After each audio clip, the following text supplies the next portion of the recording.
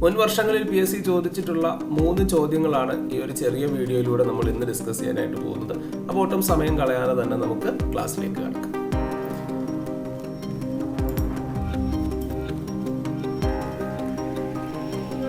ഇതാണ് നമ്മുടെ ആദ്യത്തെ ചോദ്യം.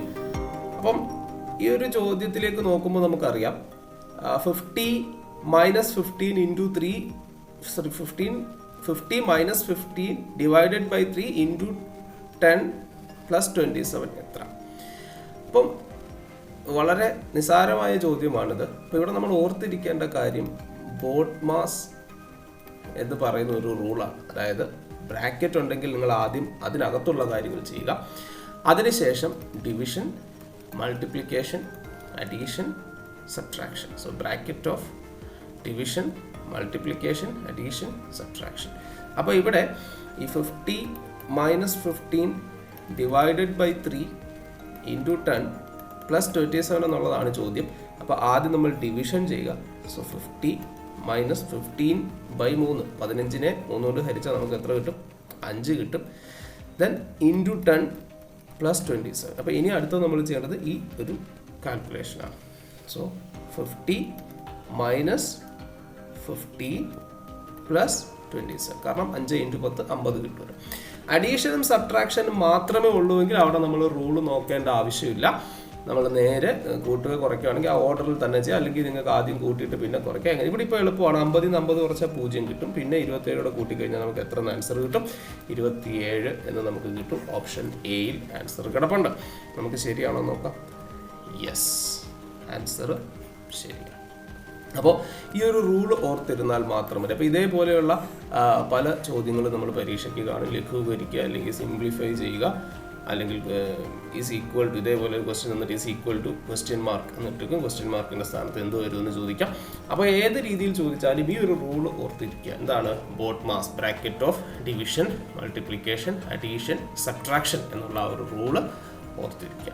നമുക്ക് പെട്ടെന്ന് തന്നെ അടുത്ത ചോദ്യത്തിലേക്ക് പോകാം. രണ്ടാമത്തെ ചോദ്യം ഇതാ, 5 raised to 3 into 5 raised to 4 divided by 5 raised to 7. അപ്പം ഇതുമായി ബന്ധപ്പെട്ട് നമ്മൾ 2-3 റൂൾസ് അറിഞ്ഞിരിക്കണം. ഒന്നാമത്തെ rule a raised to m into a raised to n എന്ന് പറഞ്ഞു കഴിഞ്ഞാൽ അത് a raised to m plus n ആയിരിക്കും.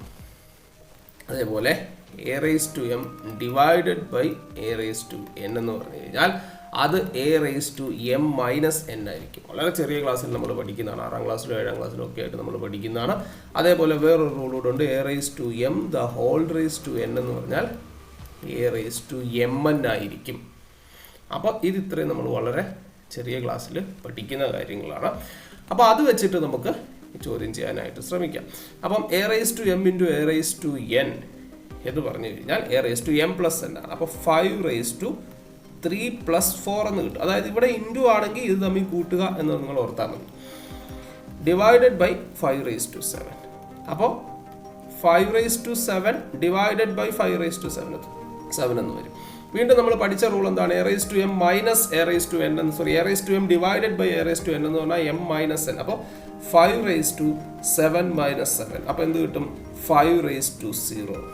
ഇനിയാണ് ശ്രദ്ധിക്കേണ്ടത് 5 raised to 0 എന്ന് പറഞ്ഞാൽ എന്താണ്? 5 raised to 0 എന്ന് പറഞ്ഞാൽ എന്താണ്? അപ്പോൾ നമ്മൾ വിചാരിക്കും 0 ആയിരിക്കും അല്ലേ? എനി നമ്പർ raised to 0 എന്ന് പറഞ്ഞാൽ 0 ആണെന്ന് നമ്മൾ വിചാരിച്ചു കഴിഞ്ഞാൽ നമ്മുടെ ആൻസർ തെറ്റാണ്. എനി നമ്പർ raised to 0, ഇപ്പോൾ n raised to 0 എന്ന് പറഞ്ഞാൽ 1 ആയിരിക്കും. So any number raised to 0 എന്ന് പറഞ്ഞു കഴിഞ്ഞാൽ എപ്പോഴും എന്തായിരിക്കും? 1 ആയിരിക്കും. അപ്പോൾ 5 raised to 0 എന്ന് പറഞ്ഞാൽ എന്ത് തന്നെ ആയിരിക്കും? 1 തന്നെ ആയിരിക്കും ആൻസർ വരിക. സോ ആൻസർ എന്തായിരിക്കും?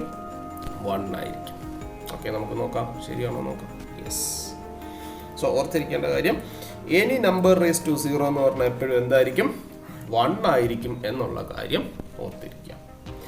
ഇനി നമുക്ക് അതുപോലെ നമ്മുടെ അടുത്ത ചോദ്യത്തിലേക്ക് പോകാം. ഇനി അതിനു മുമ്പ് ഈ ചോദ്യത്തിൽ നമ്മൾ പഠിച്ച ഈ 3 റൂൾസ് ഉണ്ടല്ലോ, അത് ഓർത്തിരിക്കും. ഞാൻ ഈ പറയുന്നതൊക്കെ വളരെ മാത്സ് ബുദ്ധിമുട്ടായിട്ട് തോന്നുന്ന കുറച്ച് ആളുകൾക്ക് വേണ്ടിയിട്ടാണ് ഞാൻ ഈ പറയുന്നത്. കാര്യങ്ങളൊക്കെ അറിയാവുന്ന ഒരുപാട് പേരുണ്ടായിരിക്കും. അപ്പം അത് നിങ്ങൾ അതൊന്നുകൂടി ഒന്ന് ഉറപ്പിച്ച് വെക്കുക നിങ്ങളുടെ മനസ്സിൽ. അറിയത്തില്ല എങ്കിൽ ഇവിടെ നിന്ന് പഠിച്ചോളൂ. ഇനി മുതൽ അങ്ങോട്ട് ഇതുപോലെ ഒരുപാട് ചെറിയ ചെറിയ കാര്യങ്ങൾ നമ്മൾ ഡിസ്കസ് ചെയ്ത് മുന്നോട്ട് പോകും.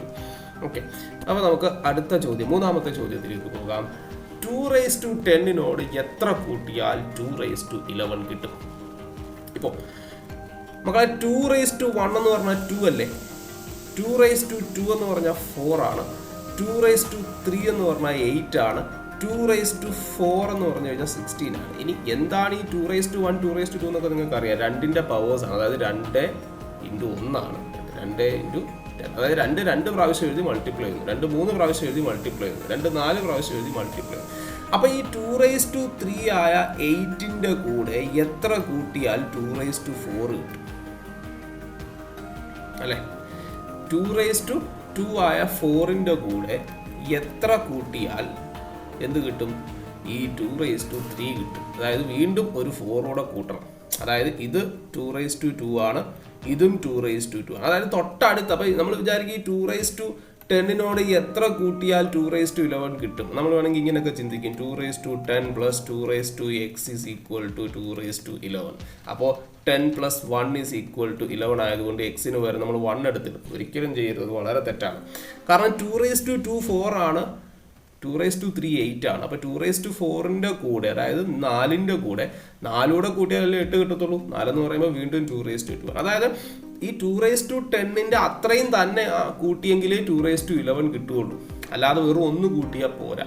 അതായത് 2^10 എത്ര കൂട്ടിയാൽ 2^11 കിട്ടുമെന്ന് ചോദിച്ചു കഴിഞ്ഞാൽ വീണ്ടും ഒരു 2^10 കൂടെ കൂട്ടണം. അതായത് 2^10 + 2^10 = 2^11. അല്ലാതെ നേരത്തെ നമ്മൾ പഠിച്ച റൂളുമായിട്ടുള്ള വ്യത്യാസം എന്താ? അവിടെ ഇൻറ്റു ആയിരുന്നു. a⁻m × a⁻n ആയിരുന്നു. അവിടെ അത് ഇൻറ്റു ചെയ്യുമ്പോഴാണ്.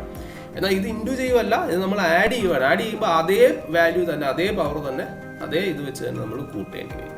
അപ്പോൾ ഇങ്ങനെ ഒരു ചോദ്യം, 2^45 എത്ര കൂട്ടിയാൽ 2^46 കിട്ടും?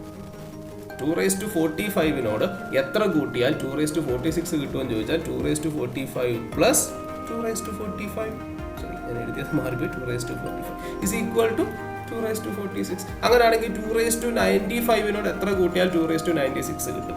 2^95 + 2^95 = 2^96. അപ്പോൾ ഇതങ്ങ് പഠിച്ചാൽ മതി. ഈ ഒരു കാര്യം ഓർത്തിരുന്നാൽ നമുക്ക് പെട്ടെന്ന് ആൻസറിലേക്ക് പോകാനായിട്ട് പറ്റും. അപ്പോൾ ഇതിൻ്റെ ആൻസർ നമുക്ക് നോക്കാം. യെസ്, 2^10. അപ്പോൾ ഇത്രേ ഉള്ളൂ ഇന്നത്തെ ക്ലാസ്.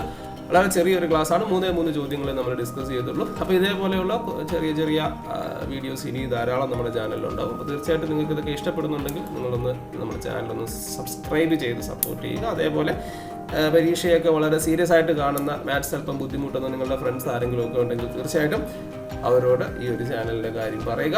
അപ്പോൾ നമുക്കിനി അടുത്ത ക്ലാസ്സിലൂടെ വീണ്ടും കാണാം.